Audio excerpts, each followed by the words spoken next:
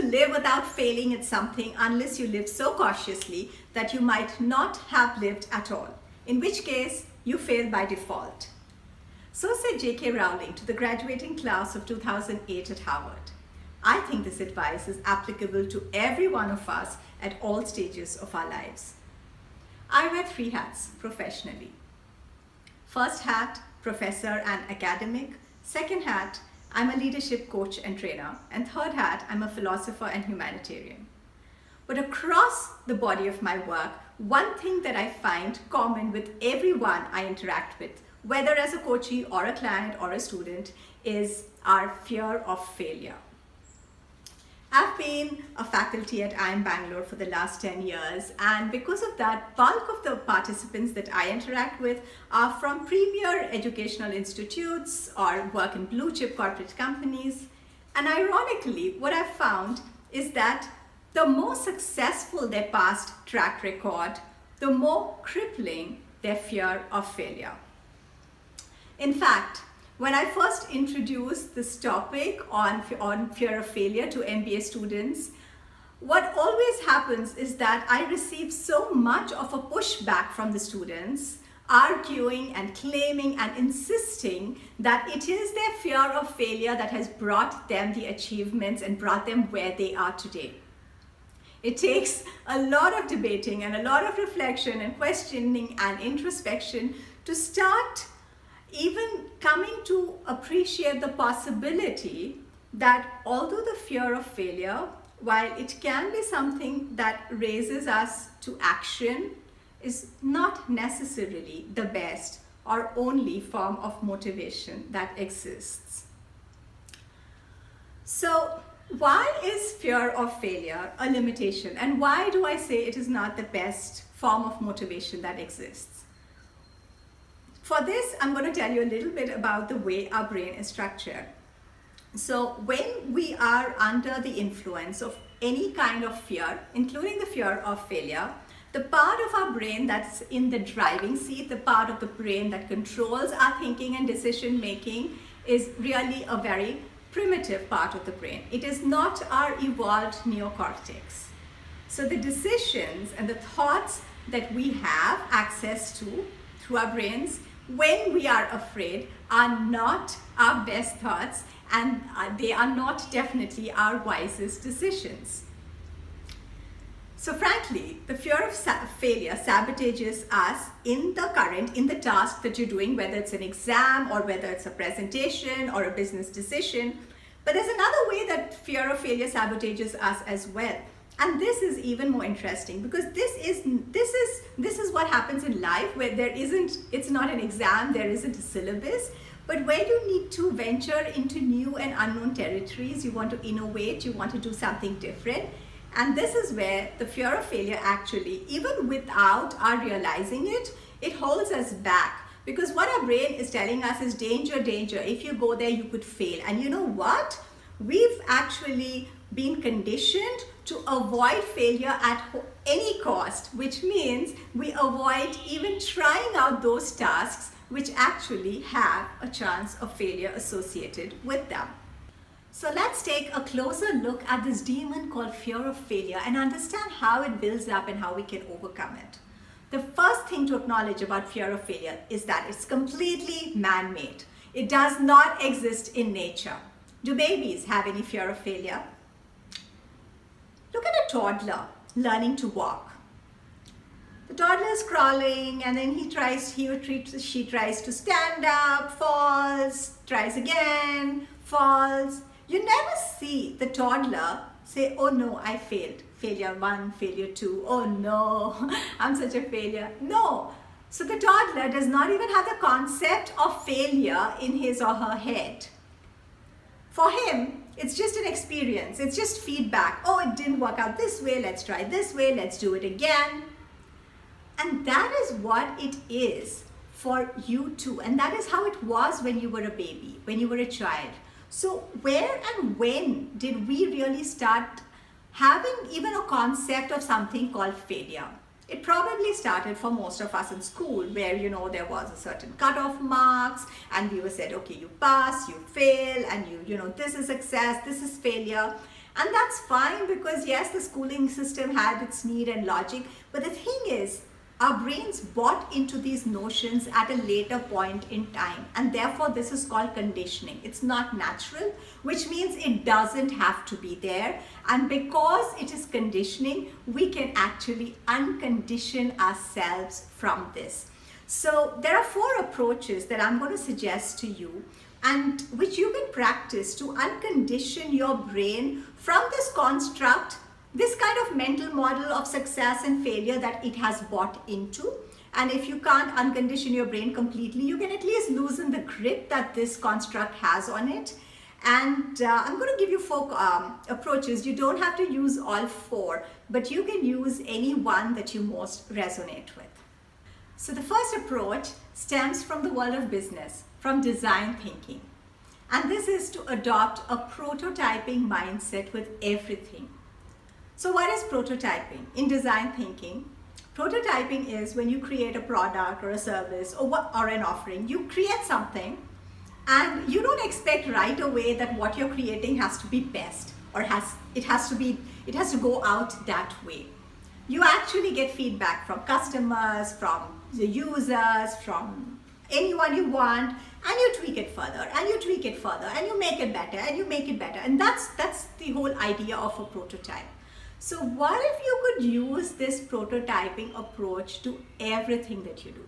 Even yourself, even your own career, your own achievements, your own personal development. What if you're always prototypes, right? And we're just getting better and better and better. Where is success and failure there? It's just a journey towards betterment. Approach number 2. And this one stems from academic research, from positive psychology to be more precise. And this is to actually take a different perspective. And in this case, it is to take your older self's perspective. So I'll give you a little bit on data here, information on the research that has been done on the topic of regret. And this is research that is done with very old people in their 70s. And typically when they're interviewed and they're asked about the things they regret, turns out, and so there are 3 categories of activities, right? One where people tried something out and it worked out the way they wanted, which is called success. Or category 2, you try something out, it didn't work out the way you expected it to or wanted it to, and we call that failure. And 3, you're so afraid you don't try it at all. So people in their 70s express the most amount of regret for category 3. Of course, category 1, there's no question of regret. But it was not category 2 that caused them regret, but category 3. So if you were to take your own older self's perspective and say, you know what, when I am 70 and in a rocking chair and I'm thinking back about my life, do I want to feel regret about all the things I could have tried and I didn't? Or do I want to actually have the information that, I tried a whole bunch of things and some of them worked out and some of them didn't? So that's approach 2. Let's look at approach 3. This is a very simple but powerful refocusing technique, which is actually being passed down generations, and it's part of the cultural philosophy in many countries as well. And you would have heard this often. It's called investing in the journey or the process. I'm going to give you a mountain climbing example, okay? Imagine 2 scenarios in which I'm climbing a mountain. Scenario 1, I can clearly see this is the peak of the mountain, that's my destination, that's where I need to go, and I'm climbing. And in my head, the equation I'm using is that when I reach that peak and destination, that's success for me, and then I'll be happy, and then I've made it. And then I'll say, good girl, good job, Ramya. Scenario number 2, again, I'm climbing a mountain, that's the destination, that's the peak, and I have my eyes set on it, but as I'm climbing, I do stop once in a while and I also look back and say, wow, I've come this far, good job. So I'm acknowledging myself for the journey, for the progress.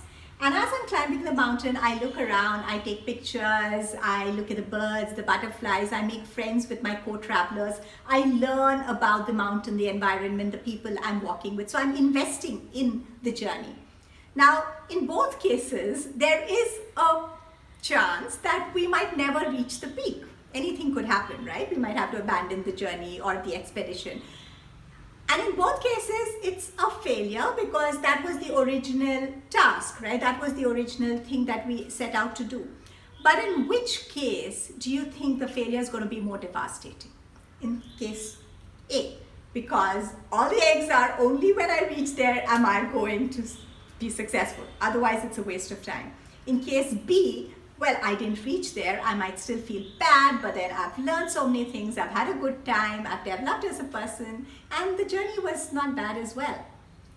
So as you're climbing the mountain, think of the fear of failure. In which case is the fear of failure going to be more? It's going to be more here, because in this case, in both cases you can fail. But in this case, if you fail, you've lost everything, and therefore your fear is more.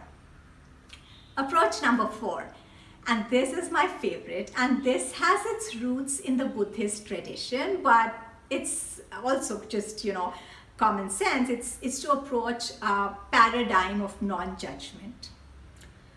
So what is non-judgment? Non-judgment is not labeling things as good and bad, because we can never truly know if they're good or bad.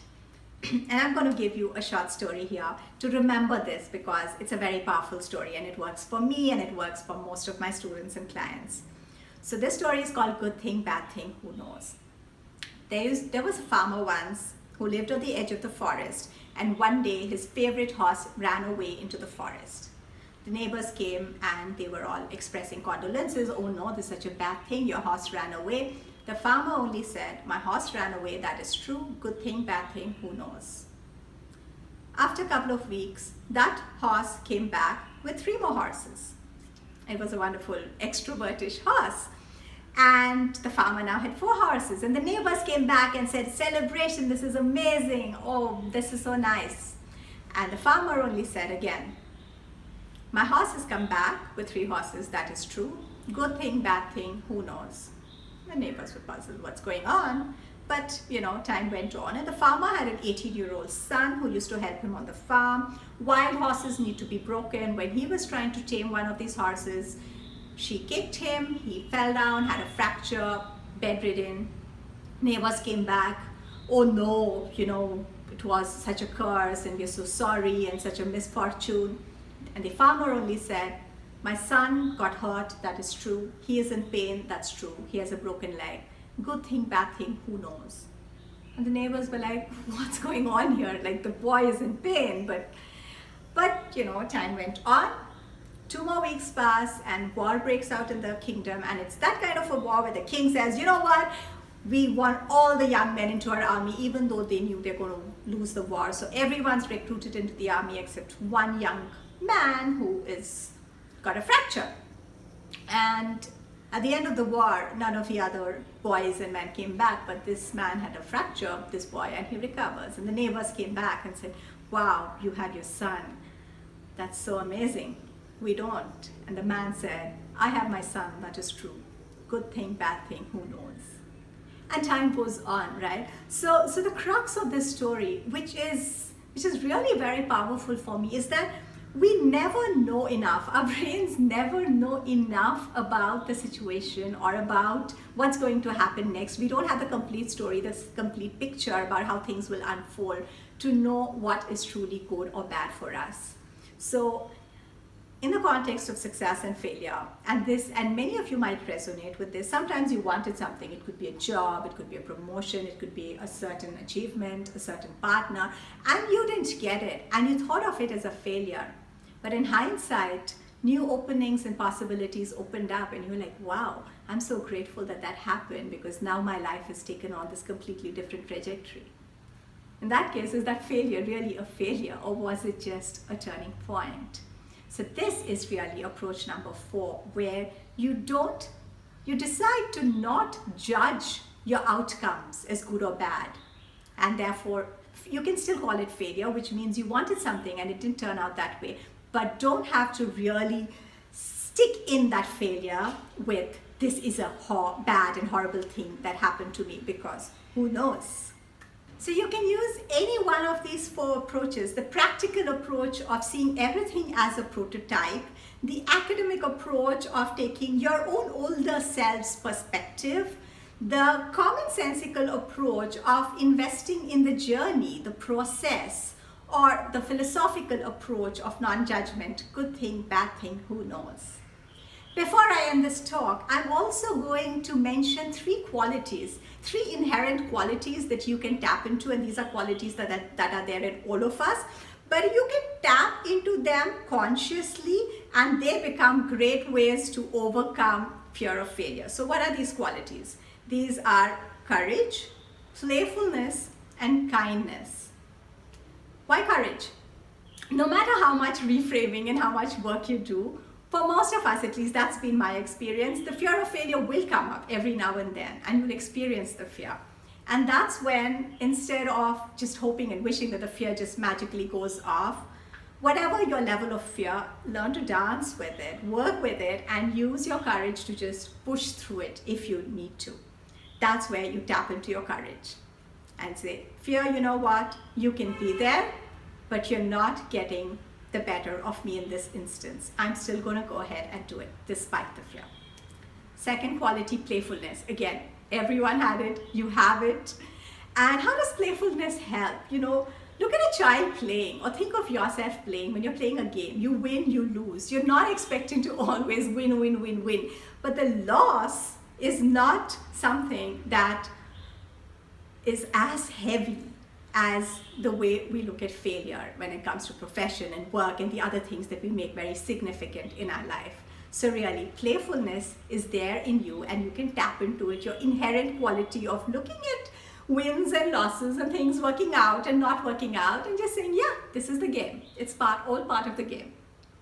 Third quality, kindness. Now this might seem like an almost unusual quality in this context, but let me explain. So there's a part of every one of us that is hardwired into being kindness and caring. Believe me, there's research to support this, okay? Of course, many of us might be conditioned out of it, but it is still there within you. So when you tap into this universal frequency of kindness, you know, the kindness that you see that sometimes comes out in calamities and floods, and where you're just like, I'm just going to help everyone and be nice to everyone. And you can burn that flame of kindness. The more you burn your own flame of kindness, you cannot but see yourself through that same lens of kindness, which means if you goof up, if you make mistakes, if you fail, your heart sees yourself and your mistakes with that same spirit of kindness that it's capable of embodying and seeing events through.